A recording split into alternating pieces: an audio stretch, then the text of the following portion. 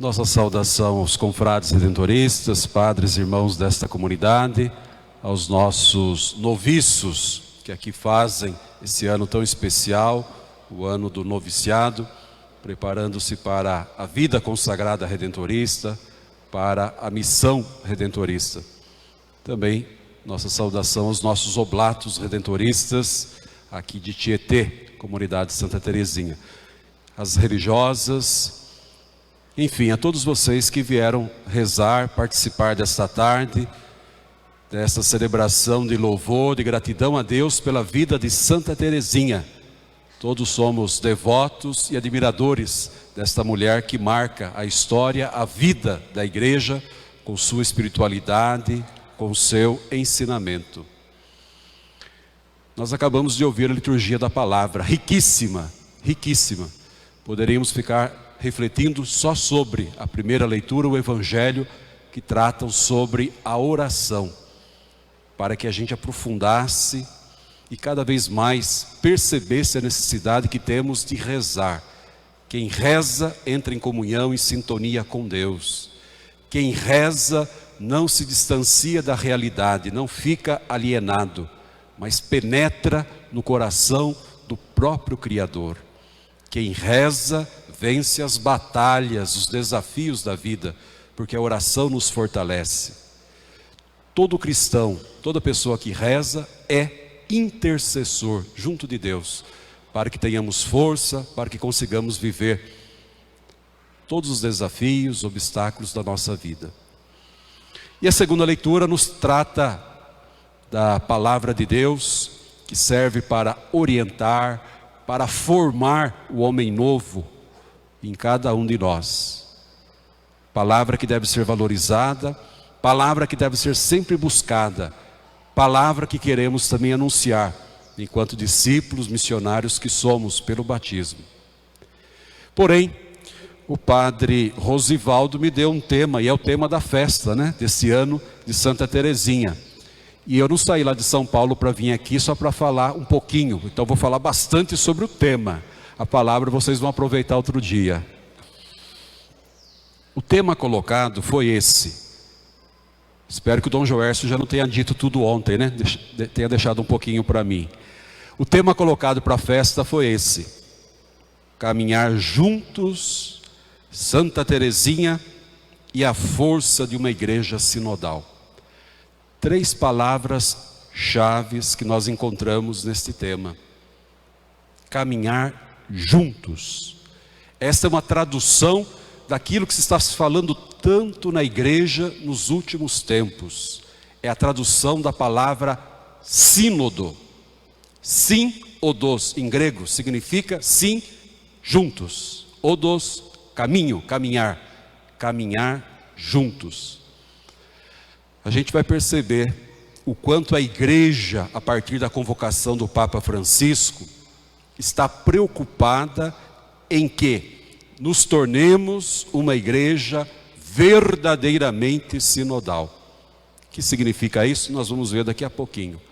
Mas é no ano de 2015 que o Papa Francisco, numa cerimônia comemorativa dos 50 anos da instituição do Sínodo dos Bispos, aliás, hoje nós estamos celebrando 60 anos do início do Concílio Vaticano II, que são datas memoráveis, importantes na história recente da nossa igreja. Uma igreja que tem 2000 anos, falar de 50, de 60, é algo muito recente. Então o Papa, nessa cerimônia dos 50 anos de instituição do Sínodo dos Bispos, fazia este convite para que a igreja se tornasse mais sinodal. Dizia assim o Papa Francisco: Deus espera da igreja do terceiro milênio que ela descubra o caminho da sinodalidade. O caminho da sinodalidade. Quando a gente fala sobre isso, não é um assunto da igreja, não é assunto de padre, de bispo, de freira. É um assunto que envolve a todos nós, e não só da igreja. A sinodalidade é uma proposta para o mundo, para a sociedade. Se a gente for procurar lá na Bíblia, nós não vamos achar a palavra sínodo, nem no texto em grego, não existe a palavra sínodo. Mas há muitas experiências sinodais no bojo da igreja que vai se formando a partir do movimento de Jesus. Sobretudo, se olhamos nos Atos dos Apóstolos, há muita experiência sinodal. Os primeiros cristãos caminhando juntos, discernindo juntos, tomando decisão juntos, assumindo o caminho juntos. Então não basta dizer que nós queremos caminhar juntos, se nós não soubermos a direção para a qual queremos caminhar. Por isso, a palavra de Deus é orientativa, a palavra de Deus é iluminadora. As experiências dos primeiros cristãos indicam, apontam para nós qual é a direção. A direção do reino de Deus. É para lá que todos nós rumamos, é para lá que todos nós caminhamos. Não é uma caminhada a esmo, sem direção, sem saber aonde queremos chegar, mas é uma caminhada na qual todos nós crescemos, humana e espiritualmente, porque a gente não vai só oferecer, mas também vai receber nesse caminho que queremos fazer juntos. Às vezes é tomado muito como termo correlativo sinodalidade. Sinodal, já foi adjetivada na igreja sinodal. Mas, em última instância, tudo isso quer significar um desejo de fazermos uma experiência de fé comunitária. Que a gente consiga de fato perceber aquilo que a pandemia ensinou para alguns, ainda não para todos. Que nós estamos no mesmo barco, ou nos ajudamos, ou vamos afundar todos juntos. De um modo ou de outro, ou nos salvamos, ou iremos perecer juntos. Está na origem do sonho do Criador, do nosso Deus, que a gente viva e conviva. A existência nos foi dada, mas não é posse nossa.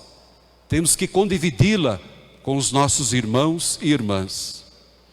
Por isso mesmo, que uma vez mais repito que esse tema é muito pertinente, é muito atual, não só para a igreja, mas também para a sociedade. De percebermos que nós, como cristãos católicos, falar uma linguagem que os jovens conhecem bem, né? Estamos conectados, linkados com toda a humanidade. Ninguém mais vive isolado. Até mesmo um eremita lá no alto da montanha, ele pode e, na maioria das vezes, está em comunhão, em sintonia com aquilo que acontece no mundo.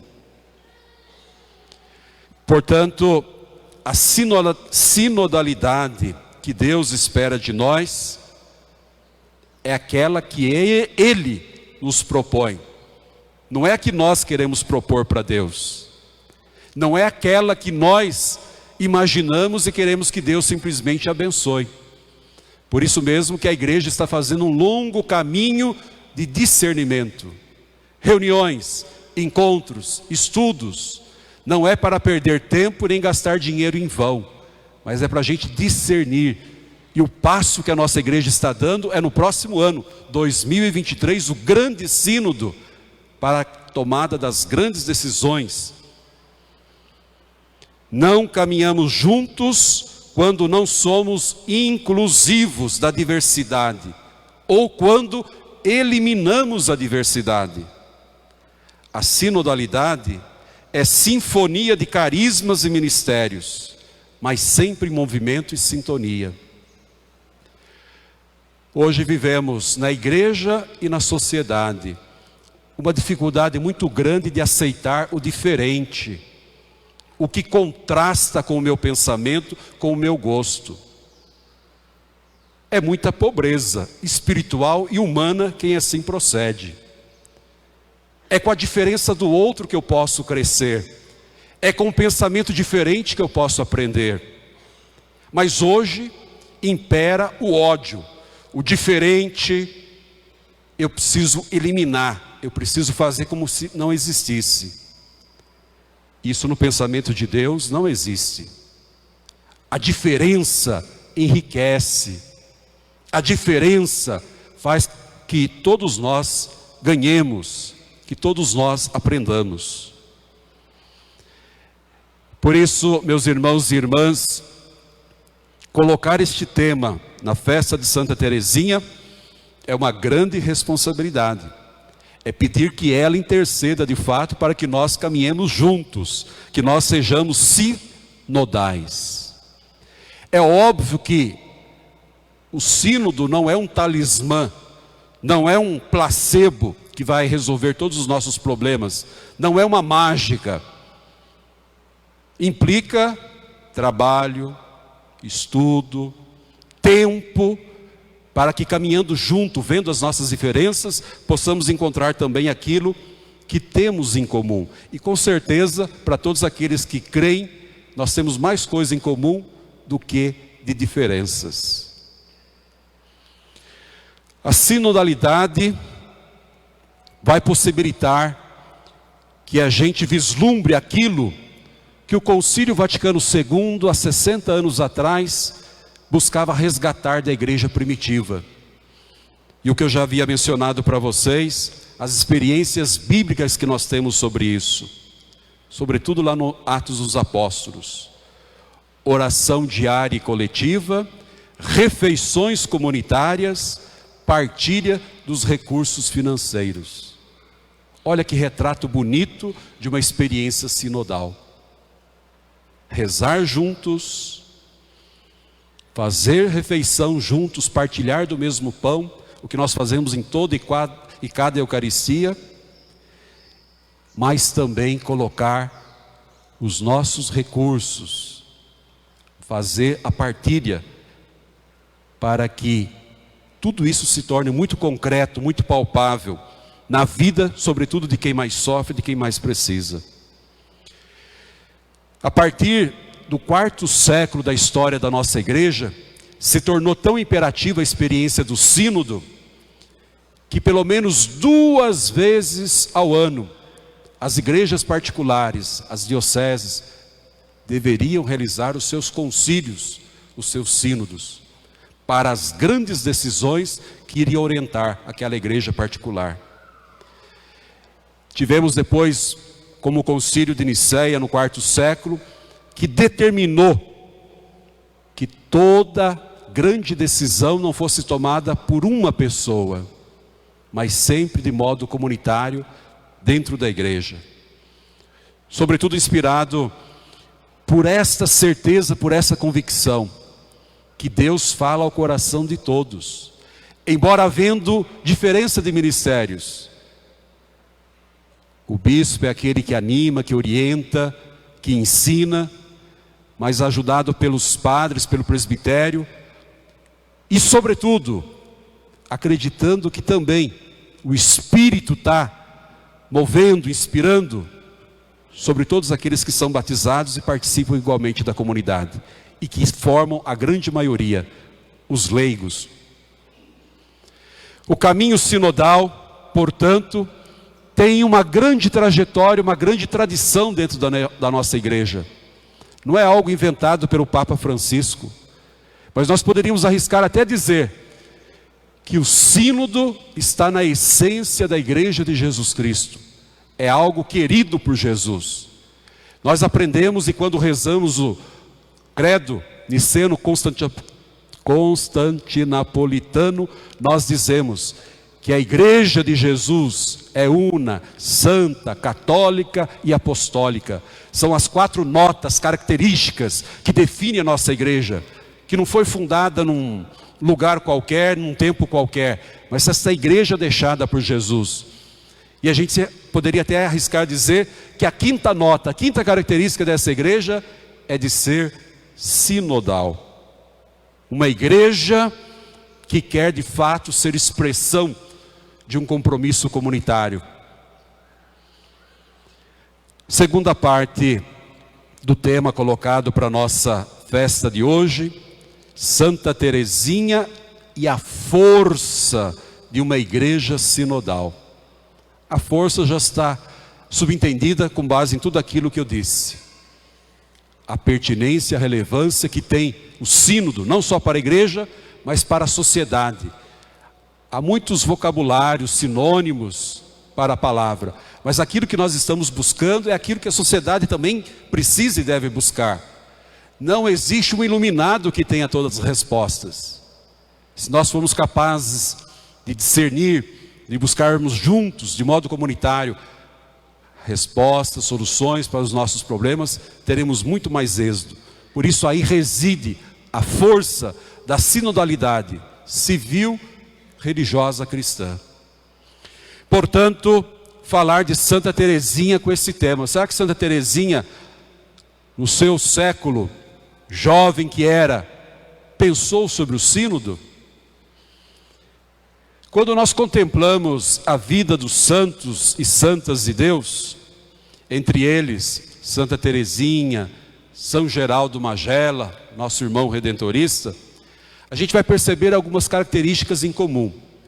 Ninguém ficou santo ou santa sem que amasse a Deus, manifestando nele a sua fé, a sua confiança, portanto, uma vida de intimidade, de oração. Ninguém se santificou sem praticar a caridade para com o próximo. E uma terceira característica muito comum a todos os santos: ninguém se santificou desprezando a igreja, ou deixando de viver em comunhão com a igreja, deixando de se sentir filho ou filha amado, amada da igreja. Aquilo que séculos mais tarde Santo Inácio de Loyola vai cunhar como sentir com a eclésia, sentir com a igreja, estar no meio da igreja, mas ao mesmo tempo sintonizado com tudo aquilo que a igreja vive e busca. Saber que a gente não pode fundar uma igreja melhor do que essa que Jesus nos deixou. Imagine se a igreja fosse imagem e semelhança nossa. Seria 1000 vezes com mais defeitos, com mais manchas do que aquilo que nós conhecemos da manifestação dessa igreja de Jesus ao longo da história. Portanto, irmãos e irmãs, na vida de Santa Teresinha, nada foi diferente disso. Ela amou a Deus, cultivou a oração, praticou a caridade, sobretudo dentro do Carmelo, onde viveu, e sentiu-se filha da igreja. Por isso, eu trouxe para a nossa reflexão uma frase dela muito conhecida, que talvez expresse a maior e mais profunda consciência sinodal de Santa Teresinha, conhecida por todos vocês: no coração da igreja quero ser o amor. Essa é a grande lição que deve ficar para cada um de nós que somos devotos e estamos participando dessa missa em louvor a Santa Teresinha. No coração da igreja quero ser o amor. Alma embebida de espírito paulino. Aonde Santa Teresa foi buscar isso? Nos escritos de São Paulo, sobretudo a carta de Coríntios, capítulo 13. O amor que está sempre acima de tudo. Amor que une e serve. Amor que congrega e cria harmonia. Amor que promove o outro e não quer a sua destruição. Bem diferente daquilo que estamos assistindo nos últimos tempos, de pessoas que se intitulam católicas, mas com pouco amor e muito ódio. Então Santa Teresinha vem nos iluminar. Se tiver amor no coração, amor que une, que congrega, nós estaremos sendo essa presença de Deus no coração da igreja, no coração do mundo. Maior expressão de sinodalidade impossível.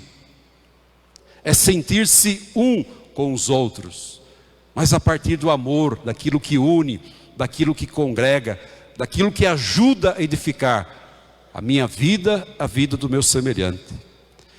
Portanto, queremos pedir a Santa Teresinha que ela interceda por todos e cada um de nós, de modo especial pela nossa igreja, que amamos e queremos servir, pela igreja que somos todos nós. Assim como ela cumpriu a sua vocação de ser amor no coração da igreja, que ela nos ajude também a hoje respondermos positivamente a esse mesmo apelo, a esse mesmo chamado de Deus.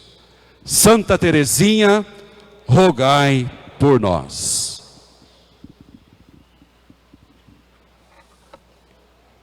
Em pé, renovemos a nossa fé, nossa confiança em Deus, rezando juntos. Creio